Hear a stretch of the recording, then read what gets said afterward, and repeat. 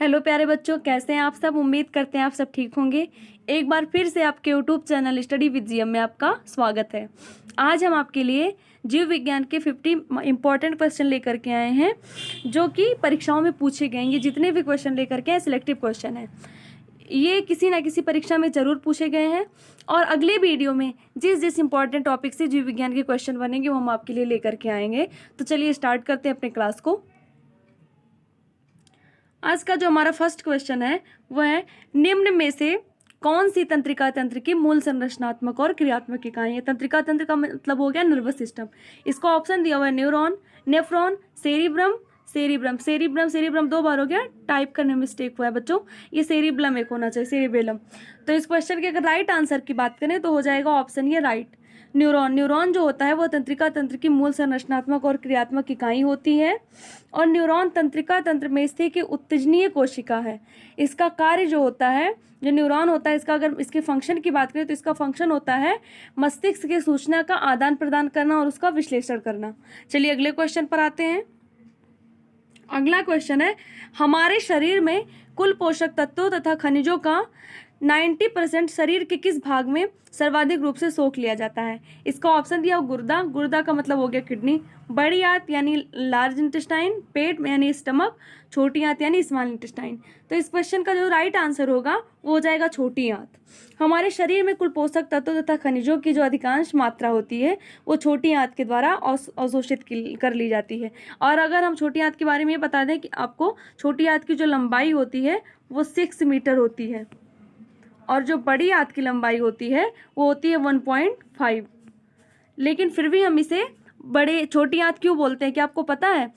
अगर इसकी लंबाई जो है वो छोटी है लेकिन इसका डायमीटर जो होता है वो छोटी आंत से ज़्यादा होता है, इसीलिए बड़ी आंत को बड़ी आंत बोलते हैं और छोटी आंत को छोटी आंत बोलते हैं, क्योंकि उसका डायमीटर जो होता है वो बड़ी आंत से कम होता है। लेकिन अगर लंबाई की बात करेंगे तो जो हमारी छोटी आंत होती है वो लंबी होती है और जो बड़ी आंत होती है वो लंबाई में छोटी होती है। चलिए अगले क्वेश्चन पर आते हैं। अगला क्वेश्चन है, कौन सा अंग वसा को तोड़कर कोलेस्ट्रॉल बनाता है। इसका ऑप्शन दिया हुआ है आंत यानी इंटेस्टाइन, यकृत यानी लीवर, फेफड़ा, लंग्स, ब्रिक मतलब किडनी। तो इस क्वेश्चन का जो राइट आंसर हो जाएगा वो हो जाएगा ऑप्शन बी, यकृत यानी लीवर। जो लीवर सेल होती हैं वो वसा उपापचय में महत्वपूर्ण भूमिका निभाती हैं। ये वसा को तोड़कर कोलेस्ट्रॉल बनाती हैं। चलिए अगले क्वेश्चन पर आते हैं। अगला क्वेश्चन है, निम्न में से कौन सा शरीर का सबसे बड़ा अंग है। इसका ऑप्शन दिया हुआ है किडनी, पेट, लीवर, फेफड़ा। तो इस क्वेश्चन का जो राइट आंसर हो जाएगा वो हो जाएगा ऑप्शन सी, लीवर। शरीर का सबसे बड़ा आंतरिक अंग जो होता है वो लीवर होता है। यह अंग सबसे अधिक भारी भी होता है। अगर इसके भार की बात करें तो 1.6 kg होता है। ये जो लीवर होता है इसका जो वेट होता है 1.6 kg होता है। और ये शरीर की सबसे बड़ी ग्रंथि भी होती है। अगर ऐसा क्वेश्चन आपसे बनता है कि शरीर की सबसे बड़ी ग्रंथि कौन सी होती है तो भी आप लीवर को टिक करेंगे। चलिए अगले क्वेश्चन पर आते हैं। अगला क्वेश्चन है, मानव शरीर की दूसरी सबसे बड़ी ग्रंथि कौन सी है। इसका ऑप्शन दिया हुआ है गॉल ब्लेडर यानी पित्ताशय, पैंक्रियाज यानी अग्न्याशय, लीवर, फिनन। तो इससे पहले हमने आपको बताया कि मानव शरीर की सबसे बड़ी ग्रंथ तो आपकी लीवर थी, लेकिन अगर दूसरी सबसे बड़ी ग्रंथि की बात करेंगे तो पैंक्रियाज हो जाएगा, अग्न्याशय। अग्न्याशय जो होती है वो मानव शरीर की दूसरी सबसे बड़ी ग्रंथ होती है और इसे मिक्स ग्लैंड भी कहते हैं, क्योंकि ये एंडोक्राइन और एक्सोक्राइन दोनों का इसमें फंक्शन होता है, इसीलिए इसे बोलते हैं मिक्स ग्लैंड। और ये हमारे शरीर की जो होती है वो दूसरी सबसे बड़ी ग्रंथि होती है। चलिए अगले क्वेश्चन पर आते हैं।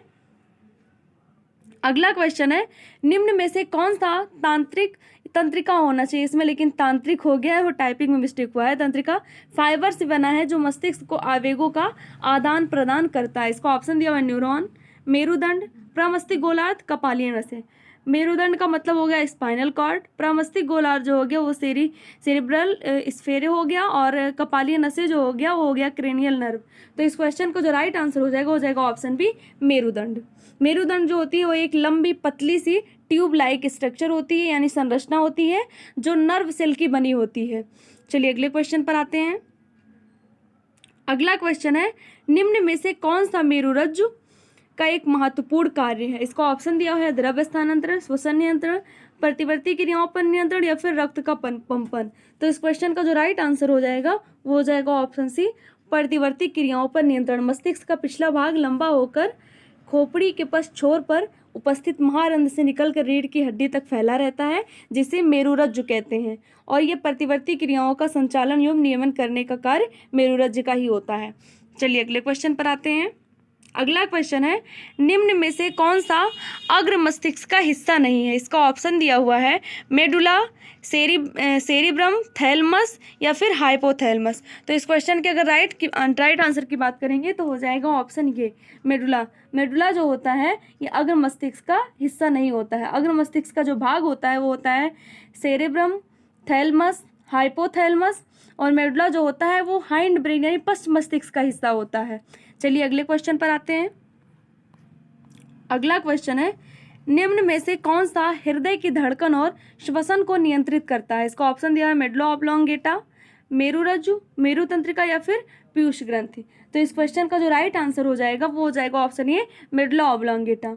हृदय की धड़कन एवं श्वसन स्वचालित क्रिया है, और यह क्रिया जो होती है वो ये हाइंड ब्रेन यानी पश्च मस्तिष्क के मेडुला ऑब्लोंगेटा में उपस्थित एक नियंत्रक केंद्र के नियंत्रण में होती है। चलिए अगले क्वेश्चन पर आते हैं।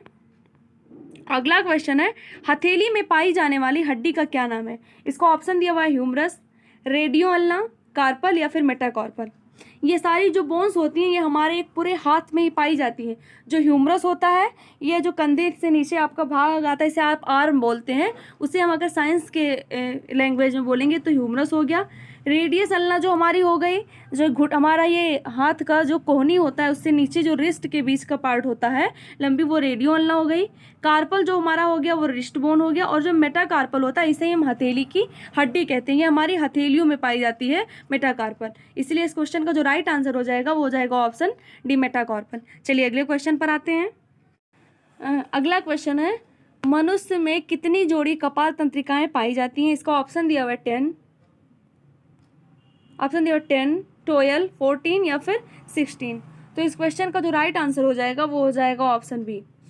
मनुष्य में जो होती हैं वो 12 पेयर जो होती हैं वो क्रेनियल नर्व पाई जाती हैं। कपाल तंत्रिकाएं मतलब क्रेनियल नर्व हो गया। चलिए अगले क्वेश्चन पर आते हैं।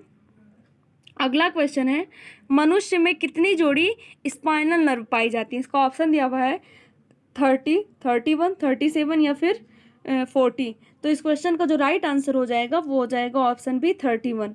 मानव शरीर में 31 स्पाइनल नर्व पाई जाती हैं, जिनमें से अगर 8 पेयर जो होता है वो सर्वाइकल नर्व होता है, 12 पेयर जो होता है वो थोरेसिस नर्व होता है, 5 पेयर जो होता है वो लंबर नर्व्स होता है, और 5 पेयर जो होता है वो सैक्रल नर्व्स होता है, 1 पेयर होता है कॉक्सिजियल नर्व।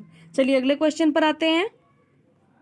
अगला क्वेश्चन है, मनुष्य का शरीर कितनी पीएच सीमा के भीतर काम करता है? इसका ऑप्शन दिया हुआ है 8.0 से 9.0, 6.0 से 7.0, 7.0 से 7.8, 6.0 से 6.8। तो इस क्वेश्चन का जो राइट आंसर हो जाएगा वो हो जाएगा ऑप्शन सी 7.0 से 7.8। पीएच जो होता है ये एक संख्या होती है, पीएच मान, जो पदार्थों की अम्लीयता तथा क्षारीयता को व्यक्त करती है। इसका मान जो होता है वो 0 से लेकर के 14 तक होता है। जो पीएच का मान होता है 0 से लेकर के 14 के मध्य तक का होता है। जिस विलयन का पीएच मान 7 से कम होता है वो अम्लीय होता है, और जिस विलयन का मान जो होता है 7 से अधिक होता है वो क्षारीय होता है। अगर किसी विलयन का जो ये मान होता है अगर 7 होता है तो वो उदासीन होता है। पीएच मान अगर 7 रहेगा तो वो उदासीन होगा। मानव शरीर का पीएच मान जो होता है वो होता है 7 से लेकर के 7.8। चलिए अगले क्वेश्चन पर आते हैं। अगला क्वेश्चन है, ब्लड में श्वेत रक्तकणिकाओं की सामान्य संख्या कितने हजार मिलीमीटर होती है, मिलीमीटर क्यूब होती है? इसका ऑप्शन दिया है 0.5 से 5, 4.5 से 10, 10 से 14.5 और 15.19.5। 15 से लेकर के 19.5 होना चाहिए। ये थोड़ा सा टाइप करने मिस्टेक हुआ है लास्ट वाला। तो इस क्वेश्चन के अगर राइट आंसर की बात करें तो हो जाएगा ऑप्शन बी सही हो जाएगा, 4.5 से लेकर के 10। मानव शरीर में जो श्वेत रक्त कणिकाएँ होती हैं, श्वेत रक्त कोशिकाएँ मतलब WBC कह लीजिए आप, जो WBC होती हैं उनकी जो सामान्य संख्या होती है वो 4.5 जार से लेकर के 11,000 प्रतिघन मिलीमीटर होती है। चलिए अगले क्वेश्चन पर आते हैं। अगला क्वेश्चन है, मनुष्य में लाल रक्त कणिकाओं का जीवन काल कितना होता है? इसका ऑप्शन दिया हुआ है 80 दिन, 90 दिन, 120 दिन या फिर 140 दिन। तो इस क्वेश्चन का जो राइट आंसर हो जाएगा वो हो जाएगा ऑप्शन सी 120 दिन। लाल रक्त कणिकाएं श्वसन अंगों से ऑक्सीजन लेकर के सारे शरीर में पहुंचाने का कार्य करती हैं और इसका जीवन काल जो होता है वो 120 दिनों का होता है। 120 दिन के बाद ये स्प्लीन में जाकर के यानी प्लीहा में जाकर के इनका विनाश हो जाता है। और अगर हम लाल रक्त कणिकाओं की संख्या की बात करें तो इसकी संख्या जो होती है वो होती है 4.6 से लेकर के 6.2 मिलियन प्रति mm³ होती है। चलिए अगले क्वेश्चन पर आते हैं। अगला क्वेश्चन है निम्न में से कौन सा तत्व ब्लड में नहीं पाया जाता है? इसका ऑप्शन दिया है लोहा, तांबा, क्रोमियम या फिर मैग्नीशियम। तो इस क्वेश्चन का जो राइट आंसर हो जाएगा ऑप्शन सी क्रोमियम। ब्लड में जो होता है वो क्रोमियम नहीं पाया जाता है। लोहा, तांबा, मैग्नीज आदि प्रमुख तत्व पाए जाते हैं, लेकिन जो हमारा क्रोमियम होता है ये ब्लड में नहीं पाया जाता है। चलिए अगले क्वेश्चन पर आते हैं। अगला क्वेश्चन है किसके माध्यम से गुर्दे में प्रवेश करता है? ये भी थोड़ा टाइप करने में मिस्टेक हुआ है, इसमें होना चाहिए कि ब्लड किसके माध्यम से गुर्दे में प्रवेश करता है। तो इसका ऑप्शन दिया हुआ है बाह्यश्रोणि फलक धमनी, वृक्क धमनी, कक्षा धमनी या फिर अंत प्रकोष्ठिका धमनी। तो इस क्वेश्चन का जो राइट आंसर हो जाएगा वो हो जाएगा ऑप्शन बी वृक्क धमनी यानी रीनल आर्टरी। रीनल आर्टरी के थ्रू जो हमारा ब्लड होता है वो किडनी में प्रवेश करता है। चलिए अगले क्वेश्चन पर आते हैं। अगला क्वेश्चन है रुधिर स्कंदन विकार किसकी कमी के कारण होता है? इसका ऑप्शन दिया हुआ है कैल्सीफेरॉल, फ्लूक्यूनोन, टोकोफेरॉल या फिर इनमें से कोई नहीं। तो इस क्वेश्चन का जो राइट आंसर हो जाएगा वो हो जाएगा ऑप्शन बी फ्लूक्यूनोन। फ्लूक्यूनोन की कमी से रक्त स्कंदन विकार होता है। फ्लूक्यूनोन विटामिन के का रासायनिक नाम है। मतलब इसे रक्त स्कंदन जो हुआ रुधिर स्कंदन यानी ब्लड क्लॉटिंग ये जो होता है ये विटामिन के की कमी से होता है। रक्त का थक्का नहीं बनता है जब विटामिन के की कमी से, तो रुधिर स्कंदन हो जाता है। चलिए अगले क्वेश्चन पर आते हैं। अगला क्वेश्चन है मानव शरीर का ब्लड बैंक कहलाता है? इसका ऑप्शन दिया हुआ है प्लीहा, लीवर, हार्ट या फिर किडनी। तो जो हमारा ये प्लीहा होता है ये मानव शरीर का ब्लड बैंक कहलाता है, इसलिए इसका राइट आंसर जो हो जाएगा ये हो जाएगा ऑप्शन ए। प्लीहा के बारे में आपको और कुछ बता दें, जो हमारा प्लीहा यानी स्प्लीन होता है ये स्टमक और डायफ्राम के बीच में लीवर के लेफ्ट साइड में डार्क रेड कलर का एक चपटा सा जो होता है ये लसिका ग्लैंड होता है और ये जो वयस्क मानव होते हैं उनमें ब्लड बैंक का कार्य करता है। ब्लड की अगर हमें तुरंत आवश्यकता पड़ती है जैसे एक्सीडेंट के दौरान या कभी भी, तो ये रेड ब्लड को क्या करता है संग्रह करके रखती है और आवश्यकता पड़ने पर इन्हें रुधिर में मुक्त कर देती है। इसके रुधिर पात्रों में भरा हुआ बहुत ही रुधिर भी आवश्यकता पड़ने पर सामान्य रुधिर संवहन तंत्र के लिए मुक्त किया जाता है। चलिए अगले क्वेश्चन पर आते हैं। अगला क्वेश्चन है मानव ब्लड के किस ब्लड ग्रुप को सार्वजनिक दाता कहा जाता है? इसका ऑप्शन दिया हुआ है ए बी ग्रुप या फिर ओ ग्रुप या फिर बी ग्रुप। तो इस क्वेश्चन का जो राइट आंसर हो जाएगा वो हो जाएगा ऑप्शन सी वो ब्लड ग्रुप जो होता है हमारा उसे हम बोलते हैं सार्वजनिक दाता और जो हमारा ए बी होता है इसे हम बोलते हैं सर्वग्राही। चलिए अगले क्वेश्चन पर आते हैं। अगला क्वेश्चन है मानव ब्लड में प्लाज्मा की लगभग कितनी मात्रा होती है? इसका ऑप्शन दिया हुआ है 25 से 30%, 55 से 60% या फिर 70 से 75%। ऑप्शन डी है 80 से 85%। तो इस क्वेश्चन का जो राइट आंसर हो जाएगा वो हो जाएगा ऑप्शन बी 55 से 60%। प्लाज्मा मानव रक्त के पीले रंग का एक तरल घटक होता है जिसमें ब्लड सेल्स सामान्य रूप से निलंबित रहती हैं और यह ब्लड की मात्रा का लगभग 55% तक होता है। चलिए अगले क्वेश्चन पर आते हैं। अगला क्वेश्चन है रुधिर का पीएच होता है। ऑप्शन दिया है 5.4, 6.2, 7.4 या फिर 8.7। तो इस क्वेश्चन को जो राइट आंसर हो जाएगा वो हो जाएगा ऑप्शन सी 7.4। जो ब्लड होता है ये हल्का क्षारीय होता है। क्षारीय जब हमारा ब्लड क्षारीय हो गया तो इससे पहले अभी हमने बताया था आपको कि अगर किसी भी विलेन का पीएच मान अगर 7 से अधिक आता है तो वो क्षारीय होता है।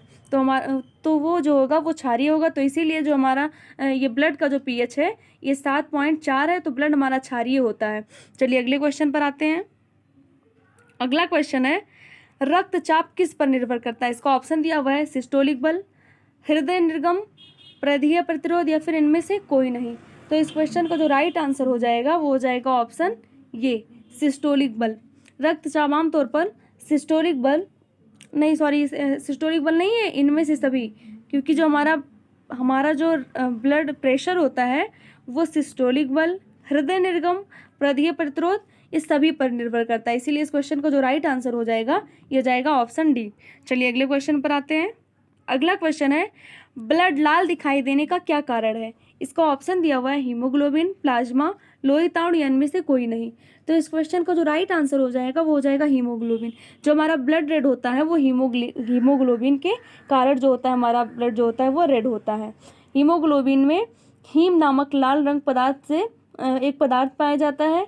रुधिर के लाल रंग होने का कारण जो होता है वो हीम होता है।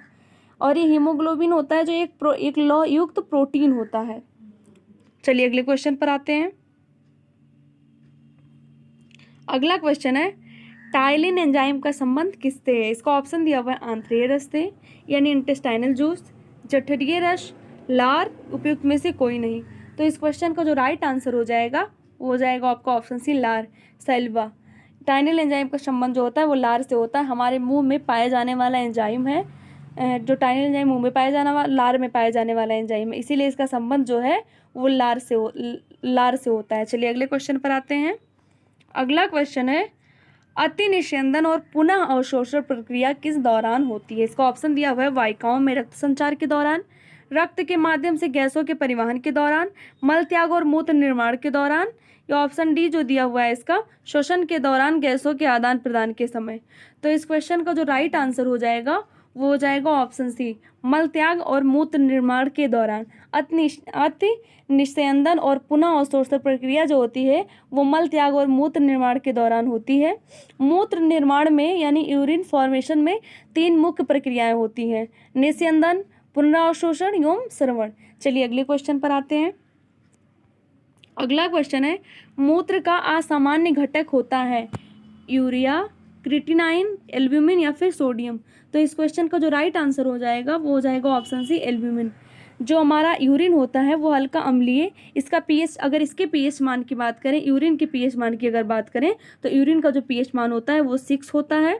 तो ये हमारा अम्लीय हो क्योंकि ये 7 से पीएच मान कम है। तो आपको ये बात हम बता चुके हैं कि अगर किसी भी विलयन का, किसी भी लिक्विड का अगर पीएच मान जो होगा वो 7 से अधिक होगा तो क्षारीय होगा, 7 से कम होगा तो अम्लीय होगा, अगर 7 होगा तो उदासीन होगा। तो यूरिन का जो पीएच मान है वो 6 है, इसीलिए हमारा जो यूरिन होता है वो अम्लीय होता है। हमारे यूरिन में 95% जल होता है। लगभग 9.3 ग्राम प्रति लीटर यूरिया, 1.87 ग्राम प्रति लीटर क्लोराइड, 1.17 ग्राम प्रति लीटर जो होता है वो सोडियम होता है, और 0.75 ग्राम प्रति लीटर जो होता है पोटेशियम, और 0.67 ग्राम प्रति लीटर क्रिएटिनाइन मौजूद होता है। और जो एल्ब्यूमिन है ये असामान्य घटक है क्योंकि जो एल्ब्यूमिन होता है ये हमारे यूरिन में नहीं पाया जाता है। चलिए अगले क्वेश्चन पर आते हैं। अगला क्वेश्चन है नेफ्रॉन क्या है। किडनी की निस्यंदन इकाई, लीहा की इकाई, लीवर की इकाई या फिर इनमें से कोई नहीं। तो इस क्वेश्चन का जो राइट आंसर हो जाएगा वो हो जाएगा ऑप्शन ए किडनी की निस्यंदन इकाई। जो नेफ्रॉन होती है वो किडनी की इकाई होती है। प्रत्येक अगर बात करें तो प्रत्येक मानव के किडनी में जो होते हैं वो लाखों नेफ्रॉन होते हैं। चलिए अगले क्वेश्चन पर आते हैं। अगला क्वेश्चन है हमारे पेट में स्थित पाचक रस में मुख्य रूप से होता है। इसका ऑप्शन दिया गंधक अम्ल, नाइट्रिक अम्ल, हाइड्रोक्लोरिक अम्ल या फिर एसिटिक अम्ल। तो हाइड्रोक्लोरिक अम्ल ऑप्शन सी सही हो जाएगा। हाइड्रोक्लोरिक अम्ल जो होता है वो हमारे पेट में पाया जाता है। इसे ही हम जठर रस कहते हैं, मतलब कि इसे बोलते हैं गैस्ट्रो जूस बोलेंगे इसे। इसमें मुख्य रूप से हाइड्रोक्लोरिक अम्ल होता है। जठर रस की उच्च अम्लता इसमें उपस्थित HCl के कारण ही होती है। चलिए अगले क्वेश्चन पर आते हैं। अगला क्वेश्चन दिया हुआ है प्रकाश संश्लेषण में रोशनी किस ऊर्जा में परिवर्तित होती है। इसका ऑप्शन दिया हुआ है ताप ऊर्जा, ऊष्मा ऊर्जा, यांत्रिक ऊर्जा या फिर रासायनिक ऊर्जा। तो इस क्वेश्चन का जो राइट आंसर हो जाएगा वो हो जाएगा ऑप्शन डी रासायनिक ऊर्जा। प्रकाश संश्लेषण एक उपापचय की संश्लेषणात्मक क्रिया होती है जिसमें सूर्य के प्रकाश में क्लोरोफिल की सहायता से कार्बन डाइऑक्साइड एवं पानी के रासायनिक संयोग से हरे पेड़ पौधों द्वारा भोजन का निर्माण होता है। इस क्रिया में सौर ऊर्जा रासायनिक ऊर्जा में परिवर्तित होती है जो ग्लूकोज अणु में संग्रहित रहती है। चलिए अगले क्वेश्चन पर आते हैं। अगला क्वेश्चन है क्लोरीन जलाया जाए तो कौन सा तत्व शेष बचेगा। इसका ऑप्शन दिया हुआ है सोडियम, मैग्नीज, आयरन या फिर मैग्नीशियम। तो इस क्वेश्चन का जो राइट आंसर हो जाएगा वो हो जाएगा ऑप्शन डी मैग्नीशियम। क्लोरोफिल जो होता है एक प्रोटीन युक्त जटिल रासायनिक यौगिक है। यह वर्णक पत्तों के हरे रंग का कारण है। पौधों द्वारा परहरिम के उत्पादन के लिए मैग्नीशियम की आवश्यकता होती है। परहरिम यानी क्लोरोफिल है आपका, उसे हिंदी में परहरिम बोलते हैं। परहरिम के अणु में एक मैग्नीशियम आयन उपस्थित होता है जो जलाने पर शेष बचता है। चलिए अगले क्वेश्चन पर आते हैं।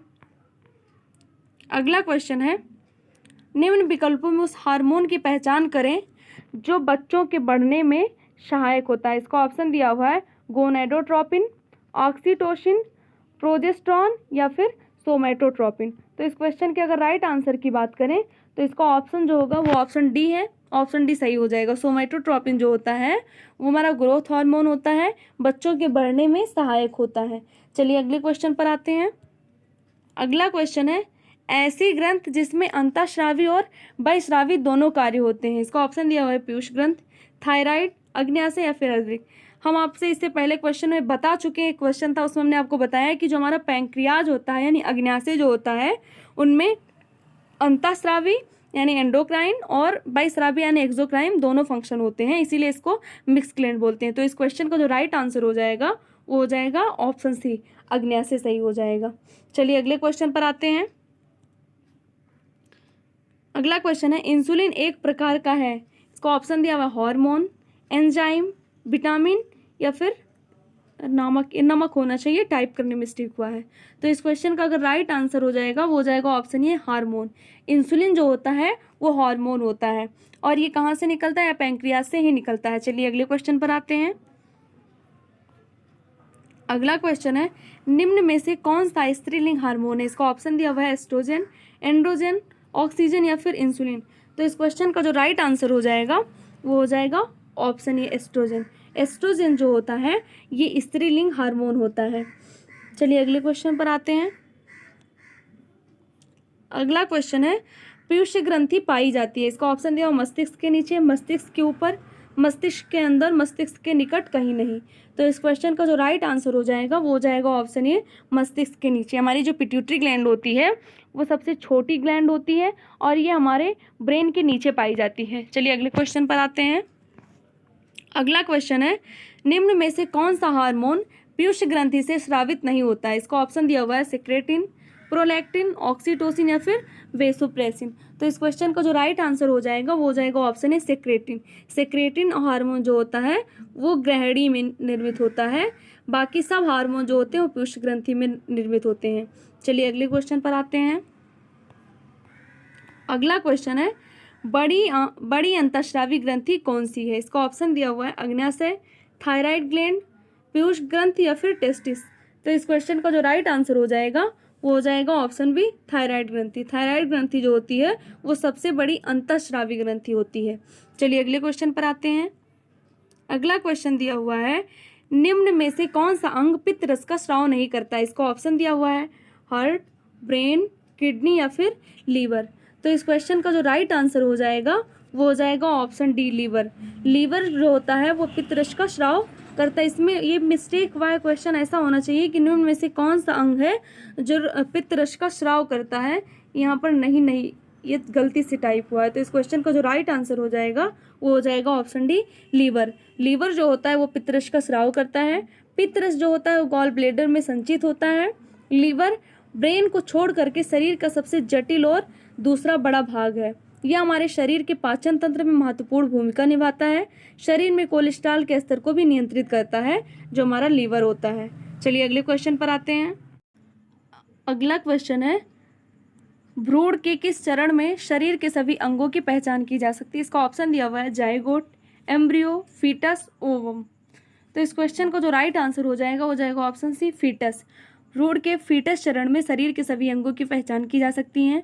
भ्रूण के विकास के तीसरे माह से लेकर के और जन्म तक के समय को हम कहते हैं भ्रूण काल यानी फेटल पीरियड कहते हैं, जिसमें ऊतकों तथा अंगों का परिपक्वन तथा शारीरिक वृद्धि होती है। चलिए अगले क्वेश्चन पर आते हैं। अगला क्वेश्चन है, मनुष्य के किस अंग में कोरोनरी धमनी विद्यमान होती है? इसका ऑप्शन दिया हुआ है मस्तिष्क, हृदय, किडनी या फिर फेफड़ा। तो इस क्वेश्चन को जो राइट आंसर हो जाएगा वो हो जाएगा ऑप्शन बी, हृदय। हार्ट जो होता है, हार्ट में मनुष्य के हार्ट में कोरोनरी आर्टरी जो होती है वो विद्यमान होती है। चलिए अगले क्वेश्चन पर आते हैं। अगला क्वेश्चन है, मानव शरीर का सबसे बड़ा और सबसे मजबूत कक्ष होता है? इसका ऑप्शन दिया हुआ है दायां निलय, बायां निलय, बायां अलिंद या फिर दायां अलिंद। तो ये जो चारों होते हैं ये हार्ट के चैम्बर होते हैं, यानी हृदय के चैम्बर होती हैं। तो इस क्वेश्चन का जो राइट आंसर हो जाएगा ऑप्शन बी, बायां निलय। बायां निलय जो होता है वो मानव शरीर का सबसे बड़ा और सबसे मजबूत कक्ष होता है, यानी चैम्बर होता है। चलिए अगले क्वेश्चन पर आते हैं। अगला क्वेश्चन है, निम्न में से कौन मानव शरीर की सबसे छोटी हड्डी है? इसका ऑप्शन दिया हुआ है बोमर, मैलेस, स्टेपीज या फिर इनकस। तो इस क्वेश्चन का जो राइट आंसर हो जाएगा वो हो जाएगा ऑप्शन सी, स्टेपीज। स्टेपीज जो होती है वो मानव शरीर की सबसे छोटी हड्डी होती है, जो कि हमारे कान में पाई जाती है। हमारे कान में 3 हड्डियां पाई जाती हैं, वो भी पेयर्ड होती हैं, मैलियस, स्टेपीज और इनकस। जिनमें से स्टेपीज जो होती है वो सबसे छोटी होती है। तो कान की भी सबसे छोटी हड्डी है, और पूरे बॉडी की अगर बात की जाए तो सबसे छोटी हड्डी जो हमारी होती है स्टेपीज होती है। और अगर सबसे बड़ी हड्डी की बात करें तो हमारी जो फीमर होती है, यानी कि हमारे थाई की जो बोन होती है फीमर, पूरे शरीर की सबसे बड़ी हड्डी होती है। चलिए अगले क्वेश्चन पर आते हैं। अगला क्वेश्चन है, आंसू का पीएच मान क्या होता है? इसका ऑप्शन दिया हुआ है 6.5, 8.5, 6.0 या फिर 6.3।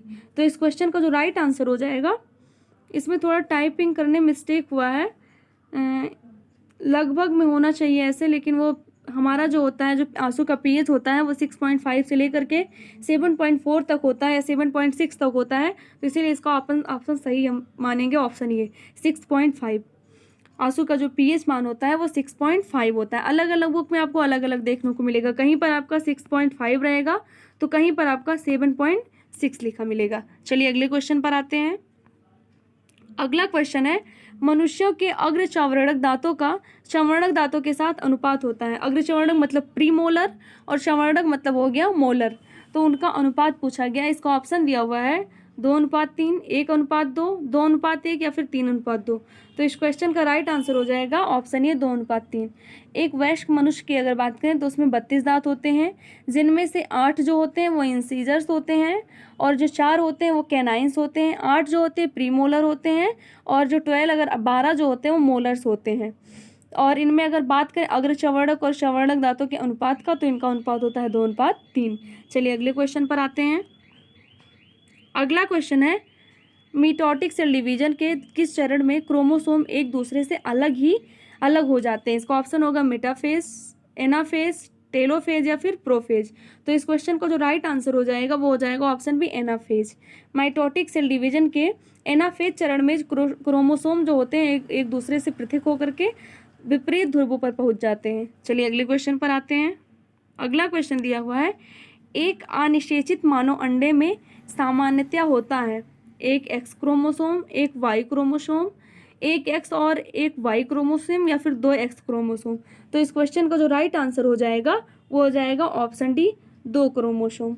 मानव प्रजाति मादा या महिला समझ लीजिए, महिला के अनिषेचित अंडे में 23 जोड़ी कुल 46 गुणसूत्र पाए जाते हैं, जिनमें से 22 ऑटोसोम तथा एक जो होता है वो हेट्रोसोम यानी सेक्स क्रोमोसोम होता है। लिंग क्रोमोसोम में 2 एक्स क्रोमोसोम पाया जाता है। निषेचन की क्रिया में यही एक्स क्रोमोसोम जो होता है वो स्पर्म के एक्स या वाई क्रोमोसोम से मिलकर के जायगोट बनाता है। चलिए अगले क्वेश्चन पर आते हैं।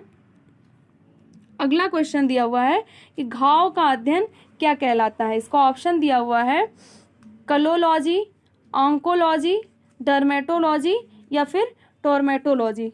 तो इस क्वेश्चन का जो राइट आंसर हो जाएगा वो हो जाएगा आपका ऑप्शन डी, सॉरी ऑप्शन इस क्वेश्चन का जो राइट आंसर हो जाएगा आपका वो हो जाएगा ऑप्शन डी, टोर्मेटोलॉजी। घाव का जो अध्ययन होता है उसे हम कहते हैं टोर्मेटोलॉजी। चलिए अगले क्वेश्चन पर आते हैं। अगला क्वेश्चन दिया हुआ है, चींटियों के अध्ययन को क्या कहते हैं? इसका ऑप्शन दिया हुआ है मर्मिकोलॉजी, हेर्पेटोलॉजी, निमेटोलॉजी या फिर नीडोलॉजी।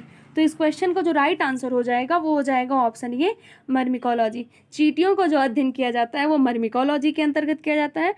और अगर हम बात करें उभयचर, जैसे कि आपके सांप, छिपकली, कछुए होंगे, उनका जो स्टडी किया जाता है वो हेर्पेटोलॉजी के अंतर्गत किया जाता है। और जो हमारे गोल कृम के या फिर सूत्र कृम के, जैसे नेरिस हो गया या फिर टीनिया हो गया, इन सब का जो अध्ययन होता है वो हम निमेटोलॉजी के अंतर्गत करते हैं। और पक्षियों के घोंसले का जो अध्ययन किया जाता है वो नीडोलॉजी के अंतर्गत किया जाता है। चलिए अगले क्वेश्चन पर आते हैं।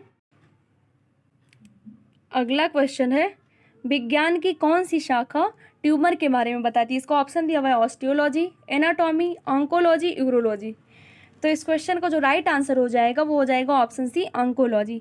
ऑन्कोलॉजी जो है वो ट्यूमर से संबंधित है। आपका ऑस्टियोलॉजी जो है वो बोन से यानी हड्डी से संबंधित है। एनाटॉमी जो है वो शरीर की संरचना से संबंधित है।